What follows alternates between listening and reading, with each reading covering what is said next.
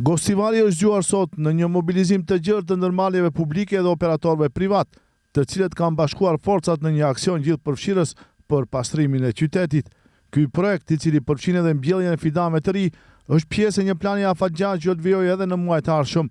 Kryetari i komunës së Gostivarit, Valbon Limani, theksoi se ky bashkëpunim synon një qytet më të pastër dhe një ambient më të shëndetshëm për të gjithë. Kjo është në kuadër të planifikimit të cilën ne kemi bërë dhe do të vazhdojë edhe gjatë muajve që vijnë, por gjithashtu me këtë duam të dërgojmë edhe mesazh edhe deri tek qytetarët për ngritjen e vetdijes, për ruajtjen e ambientit jetësor. Shpresoj se ky aksion do të reflekton edhe tek qytetarët, por edhe te ndërmarrjet që me të vetmin qëllim që të kemi një Gostivar më të pastër. Në këtë aksion morën pjesë institucione të shumta si ndërmarrja publike komunale Kryqi i Kuq, njësia e zjarfikësve, si dhe kompani private si Behtelenka, Ara Centrum dhe Magnum Trans. Drejtoreshja e ndërmarrjes publike komunale Arta Hasani vuri në dukje se pastërtia publike është një detyrim moral i çdo qytetari. Ajo bëri thirrje që qytetarët të shfrytëzojnë këtë mundësi për të larguar mbeturinat, të cilat shpesh hidhen vend e pa vend.